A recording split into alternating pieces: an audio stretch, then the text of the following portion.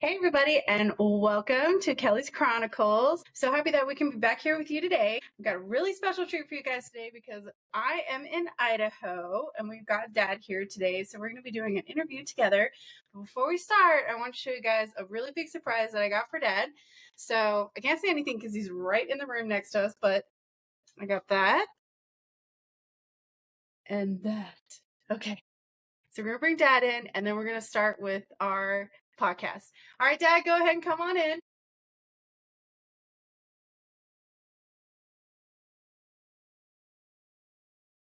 Whoa! Peanut! RC Coca-Cola! Get this stuff right. I didn't think they made RC anymore. I do. Danny and I got it at the moon pie store over in Wow. RC Coca-Cola.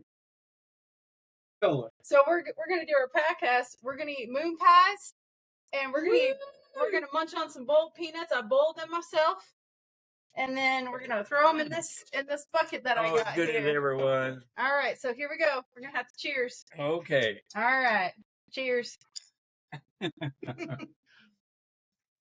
Okay. Oh, there we go. We're gonna munch on some boiled peanuts. We're gonna eat some moon pie, and we're gonna throw our shells down here as per tradition. And we're gonna drink on some RC Cola just like Dad did when he was a kid. So we're just gonna have fun and remember some memories from Georgia. But this is a special treat. I'm here with you in Idaho. We're finally here for Christmas, and we're gonna be munching on some peanuts. And we've been having a lot of fun. We've been working on some projects while we're here, haven't we, Dad? Moved a freezer and did help Mom with some cleaning. What else have we done? We've done a lot of cooking, tons of cooking. Checked out all Dad's done some projects for this last year. We've been looking at those.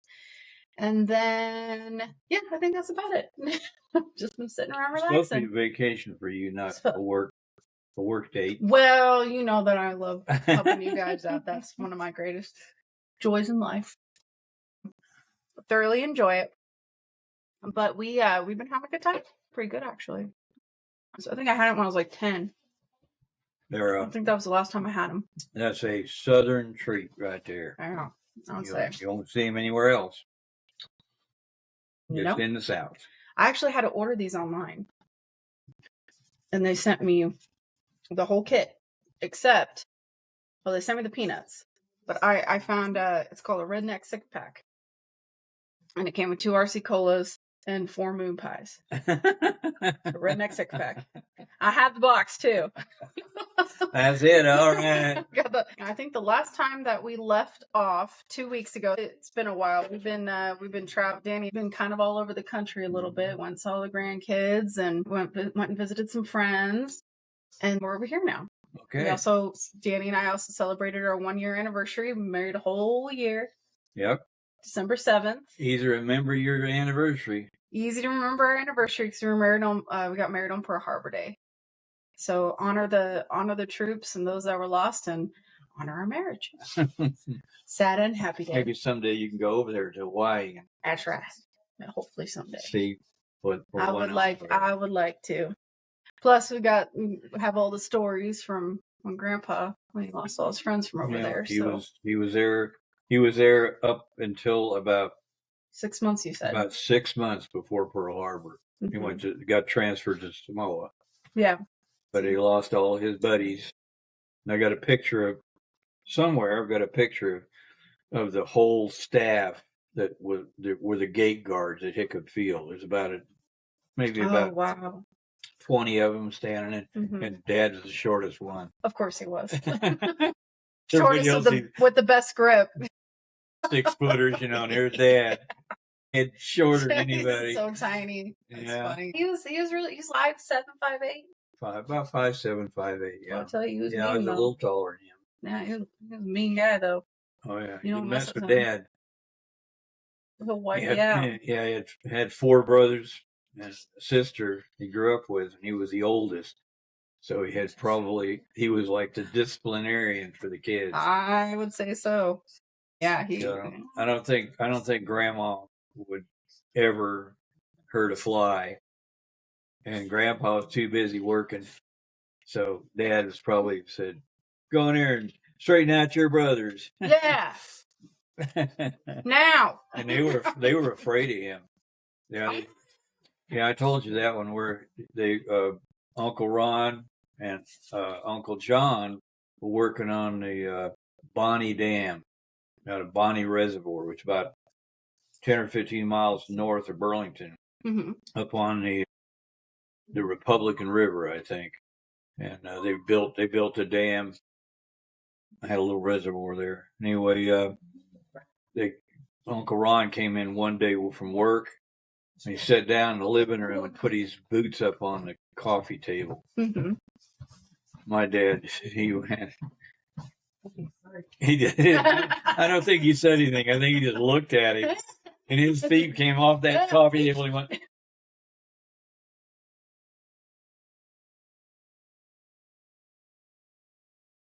Oh, that's funny. Yeah, that's the older brother for you. Yep. Older brother status. And he was the smallest of all the boys. But he's the toughest. Les and Clyde were like over 6 foot. Yeah. I think Les was Uncle Les is huge. 6'4". Very tall man. Of course, Grandpa was 6'6". Yep. He was. One picture of his wedding picture. He towered over Grandma. He was like Grandma was just like about, I'd say probably 2 or 3 feet shorter. Of course, she was standing, but still, and she was sitting down, but still, he was so tall. Yeah. He just towered over. That is funny. Plus, he had that hairdo. Oh yeah. About 3 inches of hair sticking out. He was a good-looking man. That's 100% Swede. 100%. His mom and dad were both from the old country. Yeah. So he was 100% Swede. 100% Swede and 100% very tall. The Viking. The Viking. Ooh, I love these peanuts. It's good. Yeah, they. That kit came with a whole. So I'll show Dad this kit. So it said boil peanuts kit, no measuring, no messing. So I boiled them up. They came in a bag. Yeah. And I boiled them in the Instant Pot. That's what I was fussing about yesterday because it was going to take 12 hours in the crock pot plus another 2 to 3 sitting in the brine. And I was like, wow, it'll be like 4 a.m. in the morning. And you had to turn it every 4 hours in the crock pot. So mom has an Instapot that I gave her a couple years back. And they said it's only 4 hours in the Instapot. I think I'm going to do the Instapot. Oh, down in Georgia, when how would you guys do it down in Georgia? They had a giant. And then you do it over the fire? Probably a pot, probably 3 foot high. Okay. And 2 foot in diameter.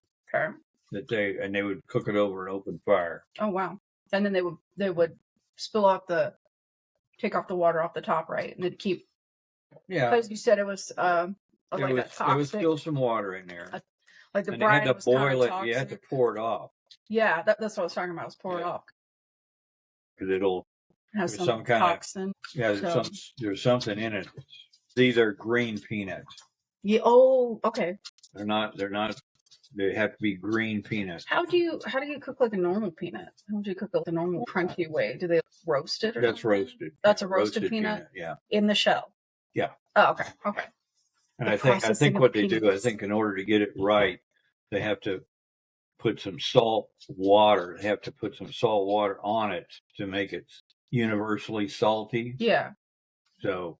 Well, they had a pack of seasoning. It was mainly just salt. Yeah. Inside this bag. And I actually had to hack the recipe. Because bowl peanut kit. Because it says 6 to 8 quarts. that Instant Pot was definitely not 6 to 8 quarts. It was about a 3 quart. So it was like 3 or 4. I wouldn't be surprised, but this is Georgia. I think it is actually. Whoever sent South Carolina. Yeah, okay. Because you have to have your green peanuts. You can't like go down to the store and buy a pound of peanuts. No. Salted peanuts and shelled. And then because they're ripe. They're ripe peanuts. You have to have green peanuts. Yeah, they were definitely green. Yeah. I mean, they weren't green in color, but they were. They weren't unripe. They were definitely not ripe. Yeah, I can tell you that. Look at that. RC Cola since Lean 1905. I don't even know if they make RC Cola anymore, except for like nostalgia, you know. Yep. That's some good cola right there. It is. It's good. So the old George boys know their sodas. that's right. We're going to tell a Georgia story when we were going to go back up to Wisconsin. A Georgia story. Yeah, remember with the chickens and your neighbors, the Jacksons. Oh, Dad had a neighbor that was in the Air Force too, and they got the bright idea because they both had big chest freezers. Okay. And they got the bright idea of buying 100 live chickens. Where did he put a chest freezer? Outside. I was like, where do you put a chest freezer in a tiny little he had a little tiny deck built on the side of the trailer. Okay. And I think it had a metal awning or something over it. I don't think it was canvas. I think it was metal. And it had a little shed and the freezer set outside. That's how you did it. Anyway, they got these 100 live chickens and they spent the whole weekend killing and cleaning 100 chickens and getting them ready to go in the freezer. And that's what you did for the summer. And that was well, it's a weekend, but still, it was a mess. I mean, it was feathers. They were, you know. You guys do 30 chickens, and it's rough. You do meat chickens every year. Yep. That's rough. Because they don't send them to the butcher. They do it themselves. They have Mom and my Auntie Joyce. They have butcher and they have cleaning sinks. So yeah, that was like a fun little story that we were talking about down in from Georgia. Just to take a step back and go back to Georgia for a second. Yeah. Since we've got some bowl paint, RC Cola, and some moon pie. Bring back the memories. I tell you what.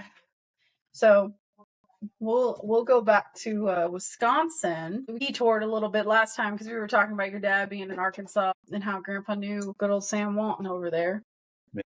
So we're going to go back up to Wisconsin now. We're going to hang out in Wisconsin for a while because we got a lot of stories from Wisconsin. And I'm not sure if I told this. The trailer park was built on a hill. For some reason, the owners of the trailer park put speed bumps on the hills. So if you So the trailer park's already on a hill with like cut out alcoves for the trailers. Right. And they put in speed bumps. They put speed bumps. It was a paved road that went up, all covered this whole hill. And there's probably 2 or 3 paved roads going up this hill with the trailer spaces, the pads for each trailer cut off of this. I got a pair of roller skates. I'm not sure if I bought them or got them for a birthday. I had a pair of roller skates, and they were the steel wheels with, you had to have a key. You put it on your shoes, and then there was 2 clamps in the front that would clamp on the sole of your shoe, and you had a key that would tighten it down, run the 2 little U-shaped clamps, hold the skates on your feet. Anyway, I was out roller skating one day, and I went up to I was skating at the top of the hill. They had a restaurant up there, and I go skate around the parking lot of the restaurant. The restaurant was 77 Sirloin Strip. The name of the restaurant. Is it good? Yeah. Oh, it was great. Did you eat there a few times? No, and we couldn't afford that. But anyway, even one time? No. You said it was really good, so you had to eat there one time. Well, maybe it's just rumors. It was good. Oh, the rumors. Yeah. Okay, yeah. But anyway, I was skating up the parking lot, and so I said, well, I'm going to go on down to the house and have lunch or something.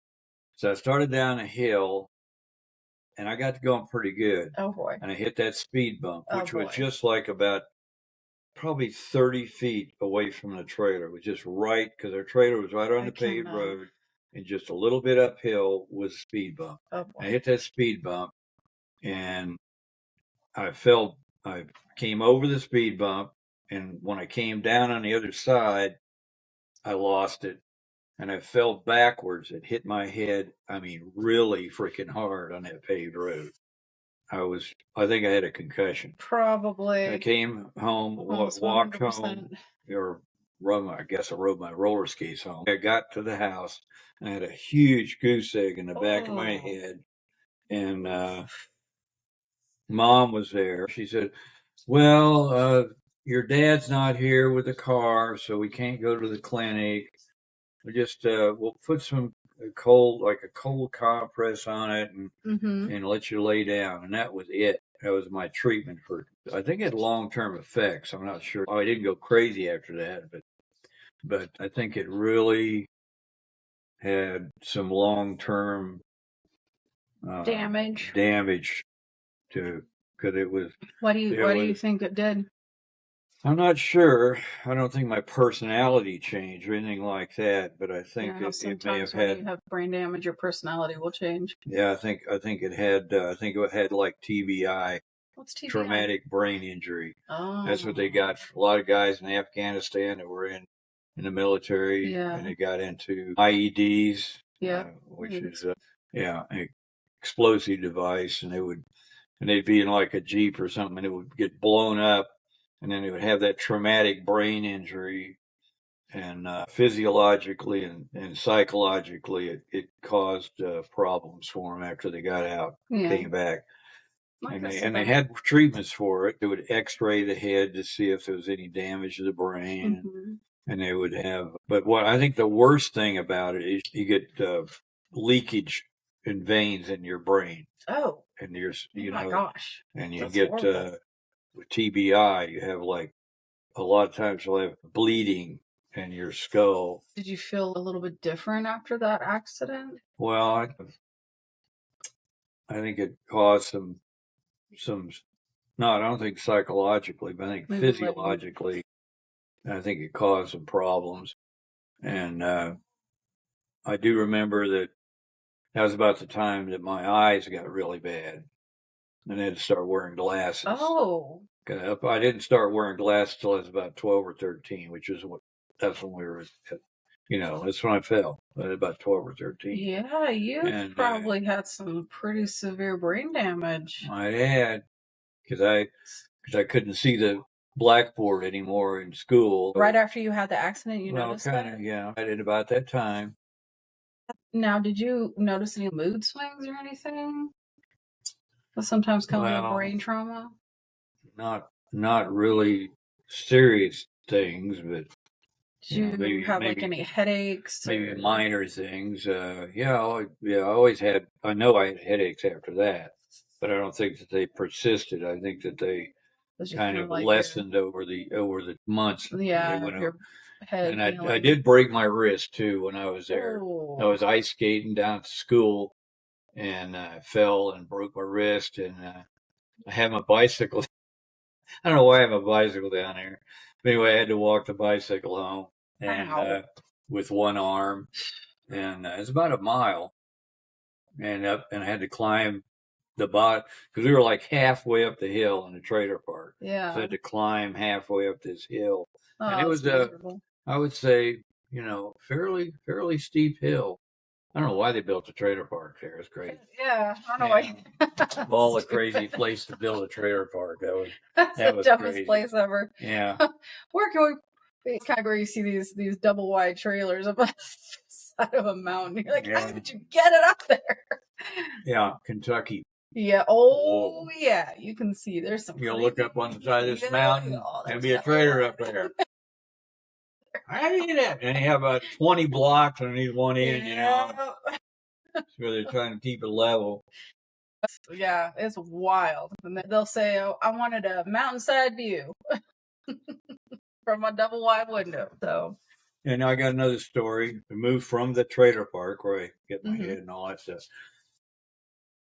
That was the summer of after I graduated from 8th grade. Okay. I have a diploma. Yep, we've seen the diploma. State of Wisconsin gave me a diploma from the 8th grade. Fancy one too. Yeah, the velvet cover and everything. Yeah. It's like a velvet envelope. It's like a high school diploma. Because the reason they did that is because Wisconsin has a large Amish population. With Mennonites, Amish, they're all the same, except they're the old order Amish are the ones with the carts and the horses and electricity. Whereas the Mennonites, now they can have cars. Yeah, they can drive cars. but they still have a lot of the tenets of the old order Amish. Yes. And one of the tenets is you don't go to school after 8th grade. But that's it. 8th grade, you go to the farm, go to work. Okay. And there was a couple of kids in our school that were Amish and Mennonites and they're good guys. Good scholars, because that was it. They kind of had that in their mind that if I'm gonna be scholarly, I got to do it now, because there ain't gonna be no 9th grade for us. When we moved from the trailer park there, and it was in southern Madison, and we moved to northern Madison, where the Air Force Base was. We'd been there for, I'm thinking, pretty close to a year. Okay. And I got a paper out going, the Capital Times, which was an evening paper, and except on Sundays. Sundays was a morning paper. And I delivered papers. I took after you. I delivered papers for about 5 years. Yeah. Yours was an evening or morning? It was morning. Morning. Okay, yeah, it was the Rogers Democrat Gazette. Okay, yeah. I delivered papers into the barracks. I was on the Air Force Base. I had not a whole lot. Most of my customers were in the trailer park. There were, the families, but I had a few airmen up in the barracks that I delivered papers to. And one day, it was a Sunday because it was a morning paper. I went up to the barracks and I had one customer. This guy was a full blood Indian. He was either Cheyenne or Lakota Sioux. And name was Red Eagle. Red Eagle.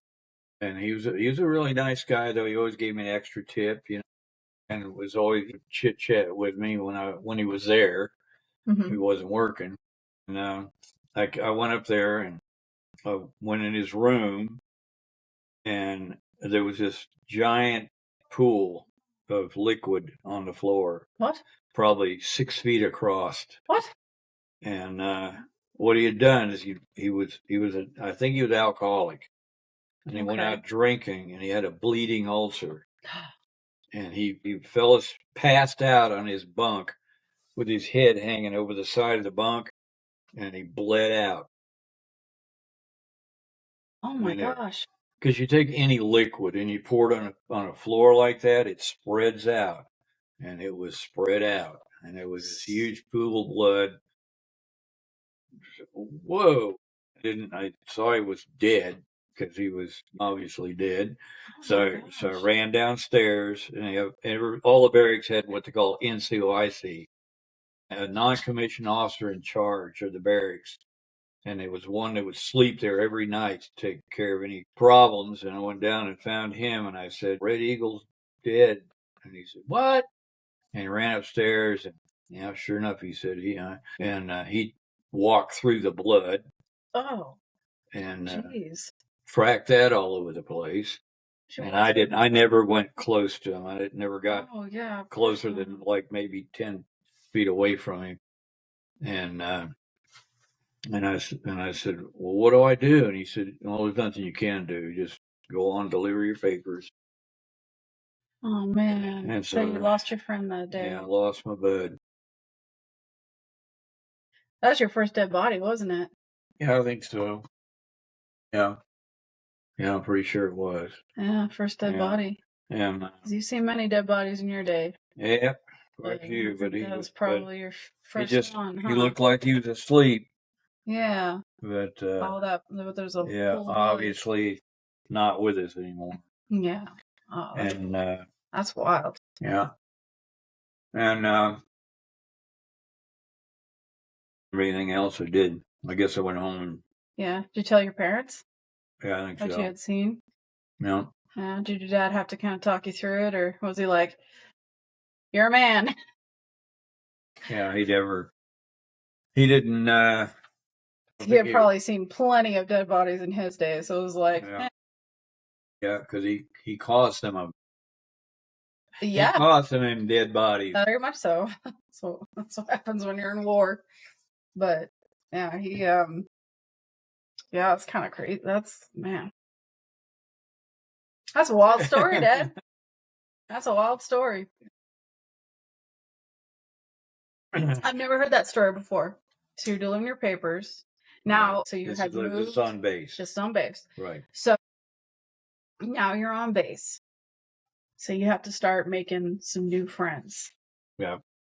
And you have moved schools by this time. So I had you're to in a new start. high school, new neighborhood, new everything.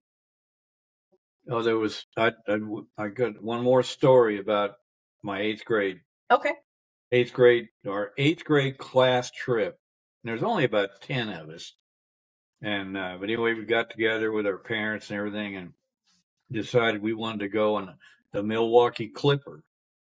And I still got the ticket, but it was an auto ferry, carried automobiles, and Okay. went from Milwaukee, Wisconsin to Sheboygan, Michigan, which is with an S, Sheboygan, Okay. not Sheboygan, because Say it right. there's a Sheboygan and a Sheboygan. That's very confusing. Yeah, so it went to Sheboygan, Michigan, and it eliminated going through Chicago and all that stuff down the bottom of Lake Michigan. Just went straight across. It was a good shortcut. Okay. And we went over and got on there, all the eighth grade class, and we rode across to Sheboygan and turned around, went back to Milwaukee. But it was a great time because we were all, by that time I was accepted. And it was a good friends, and we just had a really good time. That's awesome. Yeah, and good experience. Still, like I said, I still got the ticket. Still got the ticket in your trunk. Yeah. And then we moved to the base, and all my friends all the friends that I had made and had such a difficult time getting involved with, they went to Central High. Oh. And I went to East Side. Yeah. And here is I found my annual. What's your annual? From the class of 63. Is that your yearbook? The yearbook from 63. And here. Look at that. That is the school. There you go. It covers an entire 2 city blocks, 4 stories tall, had 5,000 students. Wow. Is your picture in there? Nope. And here's something, remember, I think I told you about I skipped out on homeroom. Yeah. Well, I looked it up, and my homeroom didn't have as many Olsons in it as I can remember. So your picture's nowhere in this book? Nowhere Not in a this single book. book. Nope. I don't know why I missed out on it. But here's the homeroom. Homeroom 304. Olson. And I thought there were more Olsons, but it's all alphabetical. So many Olsons. So it went from S, Perluki, to O, Ostagar. So the Olsons are all in that classroom. I don't know why I wasn't in there, but anyway, that was. Well, let's show your homeroom class here. About I skipped out on homeroom.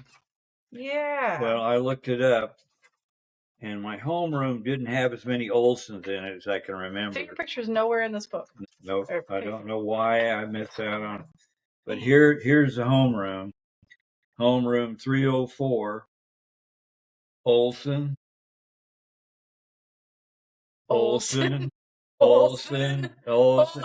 And I thought there were more Olsons, but it's all alphabetical. So many Olsons. So it went from S, Perluki, to O, Ostagar. So the Olsons are all in that classroom. I don't know why I wasn't in there, but anyway, that was. Well, let's show your homeroom class here. All right. Yeah, right here. There it is. That's the Olson. That's the crew that he was trying to skip out on. Well, I did skip out on. You did. I did. Yeah. Yeah, I think I've already told that story. Yes. I'm 22. No, you're not. It's all alphabetical. So when they got to they did the C Olsons, and then they went to, I guess, a P or something. Like I guess they were all, there was P's at the beginning. Oh, yeah, P, O, and anyway, they skipped the seals, and I said, So freedom. after 3 days, I said, they ain't gonna call my name. I'm leaving. Oh, that's funny. You're in this new school, East Side High. Yep. You had to start making friends. Yep. The only thing that really I think made a big difference in my life was in the freshman year of high school. They would give you a bunch of tests. Okay. They had one called the Ohio test, and then they give you SATs, and then they had an ACT back then. Now I don't think they even do that one Oh, anymore. they do that one still. Okay, that's your freshman year. So they're just hammering you. I scored like 99 to 97. I was up in the higher percentiles of all the freshmen Really? in the country. So he said, "Oh, well." He's smart. My counselor said, "Well, we need to put you into a college prep program." Okay. And so what they did when you go into a college prep program is they put you 1 year ahead of your peers. So as a freshman, I took sophomore courses. As a sophomore, I took junior courses. So I get in this advanced college prep course. Okay. And I was taking like my freshman year, I took sophomore chemistry. And the next year, I took junior physics. Wow, you took physics? Oh yeah, and I had my math. I took like solid geometry and trigonometry. You took trigonometry? Oh yeah, and pre-calc. Mm-hmm. I didn't know you're so smart. I knew you were smart, but I didn't know you were that smart. So okay, anyway, continue. Sorry. So anyway, I'm very impressed. What? So I got into all these these advanced courses that when I went to Arkansas they had nothing. It was like they didn't know what to do with me, so they stuck me in all of these. Because as a junior, did they stick you to stuck me into? They put me in senior advanced math. Okay. Well, when I was in Wisconsin, they didn't have enough books to do algebra 2 and trigonometry at the same time. So what they did is you would take you took I took trigonometry the first semester, and then the second semester to take algebra 2. So I didn't get algebra 2 because that was a junior course. Ah. And so when I got to Arkansas, they put me in senior advanced math without me ever taking algebra 2. So it just goes to show. So I got into polynomial equations and quadratic equations. I had no idea what was going on but if they didn't put me in trigonometry, they put me in trig, I'd have been great. Yeah. But they didn't have trigonometry for seniors or juniors. It was like I think a sophomore class or something. Anyway, I got that really messed me up with math, and I never really recovered from that because I never had that. Because you didn't get algebra. Didn't get algebra 2. I got algebra 1, but didn't get algebra 2. So that messed you up for the future, huh? Yeah, it kind of messed me up not for the rest of my life. But just for some of the SATs and stuff. I'd score the English usage and everything. I would score like really high 99s, but the math I'd get like 80s or something. Yeah, I'd get away from that. That was kind of. So you were a successful student. Yeah, but that was kind of a twisted mess there. I didn't know you were so successful in school. You never talked about that. Yeah. I struggled in school badly. Do you remember us sitting together at the dinner table and me just having a total meltdown over math? I remember even when you were little, like in the first grade and everything up in Alaska, how much of a problem you were having. But fortunately, you had a good teacher that went with you. That she advanced with you to the next level. Yeah, she was Mrs. Jenny. Yeah, she was really great. Yeah, she made sure I understood math very well. Yeah, and she helped you. Math just didn't really compute very well in my mind. Yeah, I'm more of an artistic type. So, and I like science. I've actually learned to really love science and history over the years. So I really like quantum physics is my favorite. I really like quantum physics. Yeah, it's really interesting. So that's my favorite science, but I think I get that from you. Okay. Yeah. So you're taking all these advanced classes. What were your friends like? Because you were talking about one of your friends who was a very bad influence on you. Right. But I also got, in addition to my bad, that was my evil side, I guess you'd say.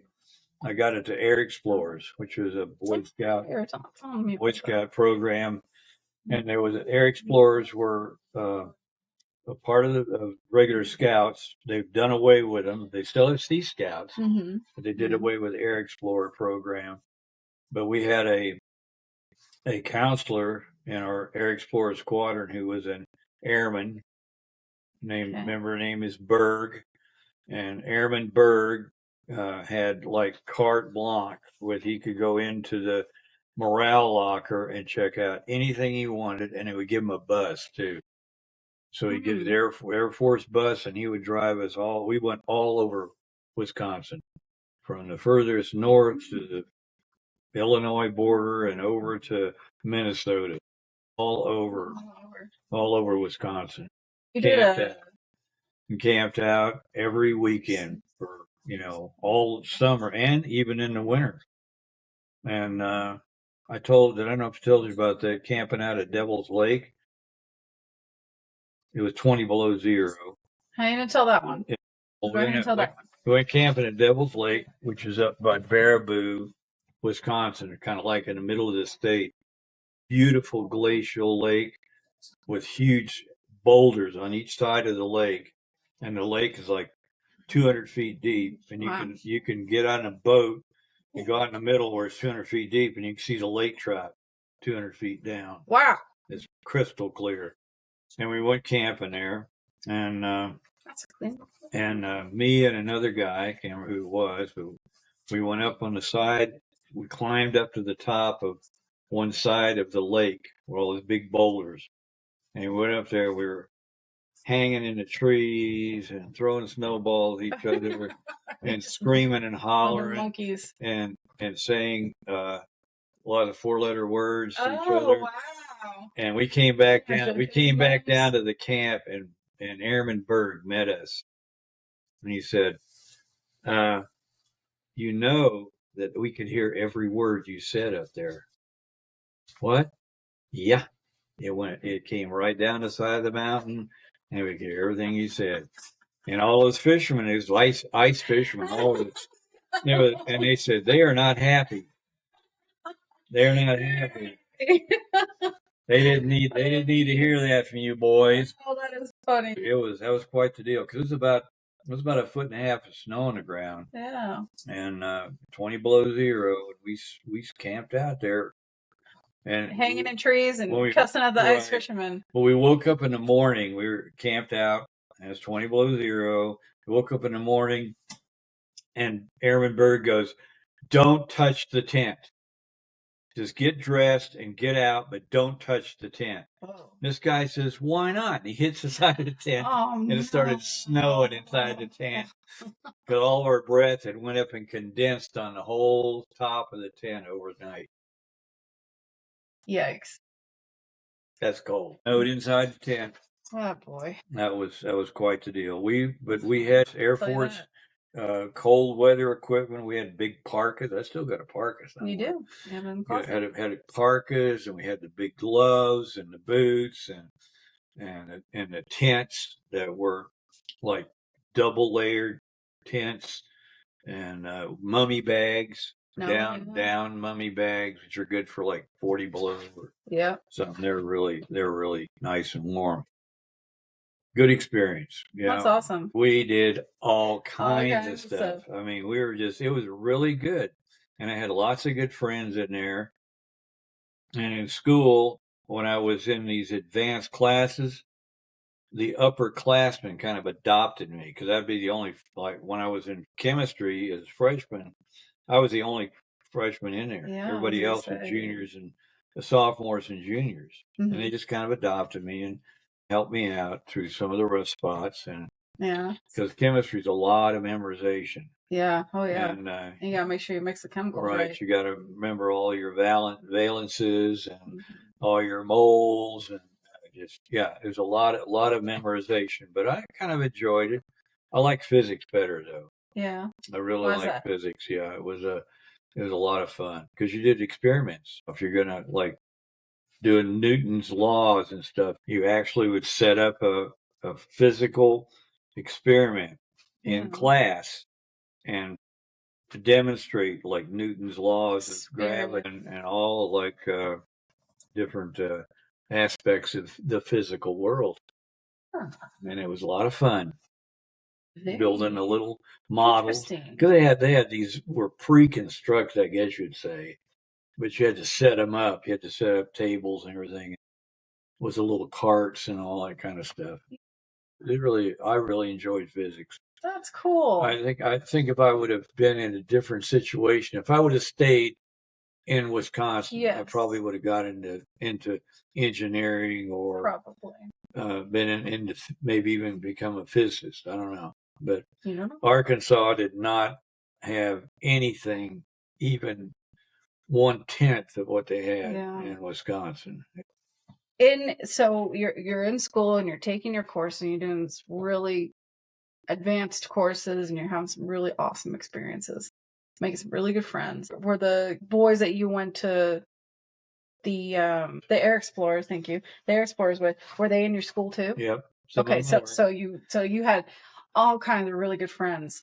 Yeah. Now I do remember a story, and we kind of mentioned it in our last video, the canoe trip. And when I was a kid, you would tell us about this canoe trip all the time because it was a 10-day experience. Right. And it was one of your most memorable memories from when you were Yeah. a kid. We went up to in the summer between my sophomore and junior year. I'm pretty sure that was that summer. It's the summer of '63. We went up to Ely, Minnesota. Where's that at? That's in far northern Minnesota, north central Minnesota, Okay. probably about 100 odd miles from Minneapolis.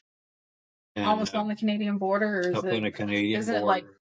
like on the Canadian border? The lake.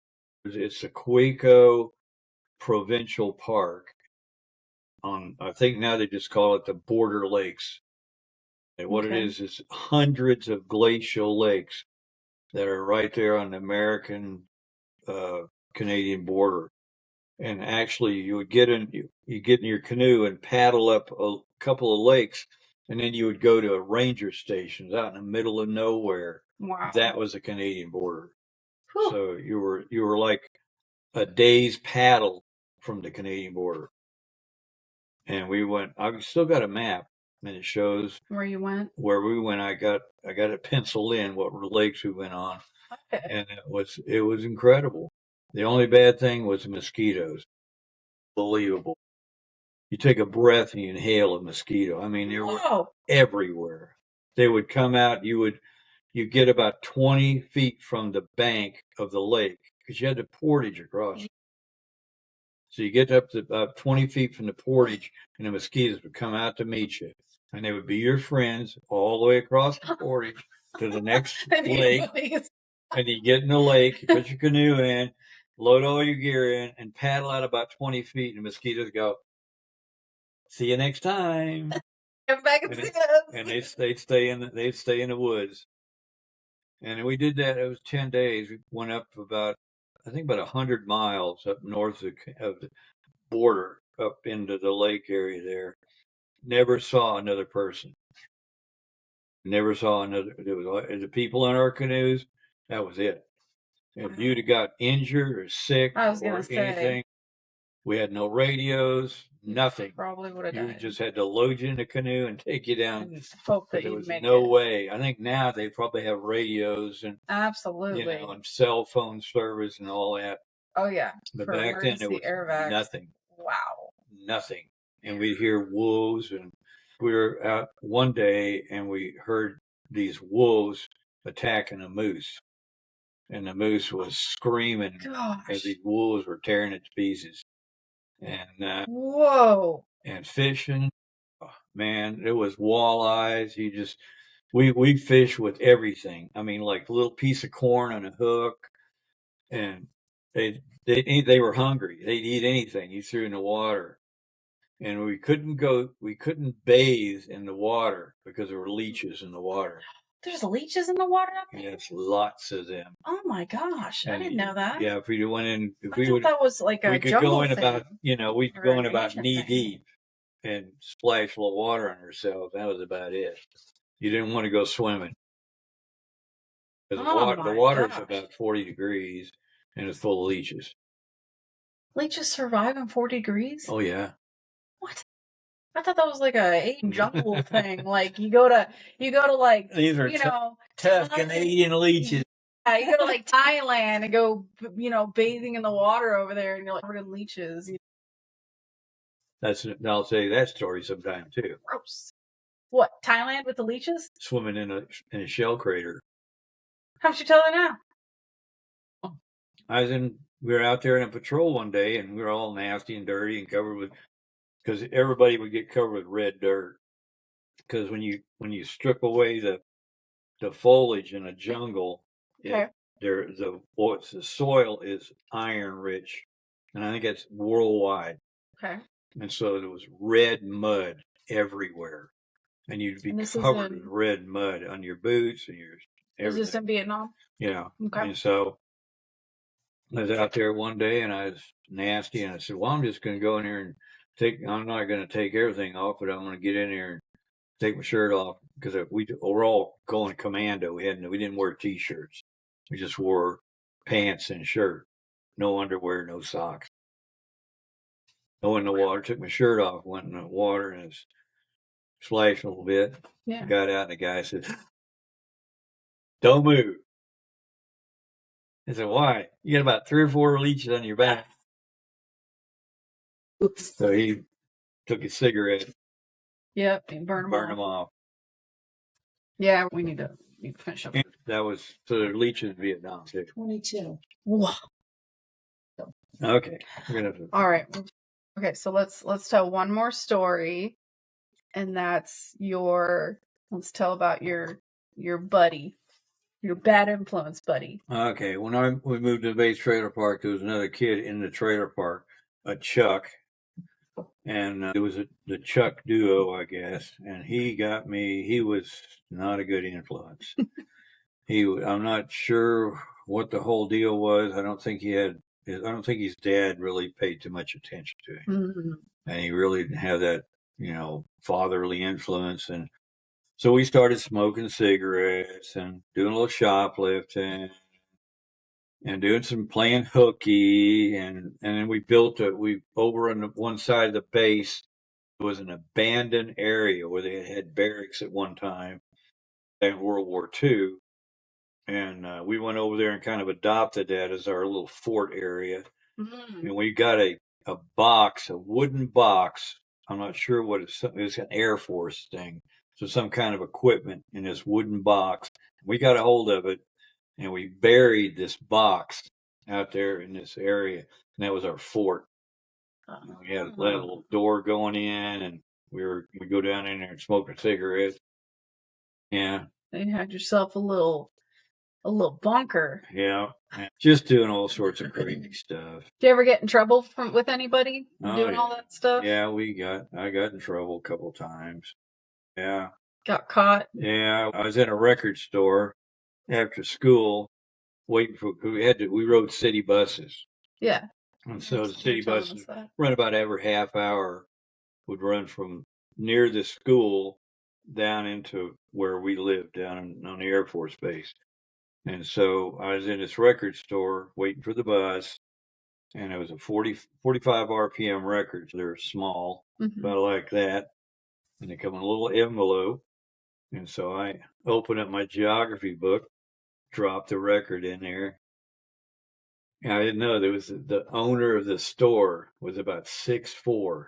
He was standing on the other side of this, looking down on me, and I didn't even see him. I looked around like this, but I didn't look up like this. Yeah. And he said, and I went to leave the store, and he said, come with me, son. Took me in the back room and chewed me out. And took the record back and you know, he's going to call my parents. And then they said, no, we're not going to do that because we know your dad's in the Air Force and all this kind of stuff. So anyway, he got off scot-free. well, not scot-free. I mean, I was embarrassed really bad. Oh, yeah. And I missed my bus. I had to wait for the boy. next bus. Everybody else, all like Chuck Fessler and all my friends, they were all gone. Yeah. But it was. You learned a good lesson that day, didn't you? I did. I learned a real good lesson. But You anyway. didn't steal very much after that, did you? No, not really. So Chuck was just a very bad influence on me.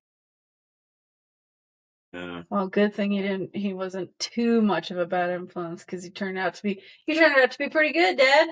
Yeah. I guess. Hey, you stopped smoking when you were probably in your 30s, right? I think you were. Yeah, I was probably about 33. Yeah. Because I kept smoking after I joined the church. Mm-hmm. In '78, I joined the church, and I'd have been 31, Mm-hmm. and I was still smoking. I stopped drinking. Yeah. I stopped drinking coffee. I stopped drinking beer. But I couldn't stop smoking. Rough one, huh? Yeah, and when I got on board the Cherokee, I started to drink coffee again because that was when I became an underway OD. Isn't that an overnight? You get up, you send a 4-hour watch. Yeah. But it was like a mid-watch from midnight to 4. That's a rough. You know, you had to have something. That's even rougher. That's rough for truckers. And me and my husband, so I would drink that coffee. When we would drive for some rough hours and sucking down some coffee, I'll tell you that. Yeah. So, well, those are some fun stories. So, well, this has been fun. So happy we're here with you in Idaho visiting. Well, I was looking forward to doing this video with you because I thought that would be really fun doing because when we first did our video together, we were together in California, and we've just been apart since. So I actually haven't seen you since then. So yeah. So here we are now, back in Idaho. Yep. It's been really great. I wish you guys could see the mountains, but the sun was shining through when we set up our backdrop. Thank you so much, everybody, for joining us. We hope that you enjoyed this episode, and we had so much fun drinking our RC Cola and eating our bowl of peanuts. We're gonna probably munch on the moon pies here in a little bit. We're just gonna let it go till later, but we hope you guys enjoyed this episode. We're so grateful that you could join us today. Please like, comment, and share. Tell your family and friends. We're so happy that you're here with us. Until next time, everybody be safe out there.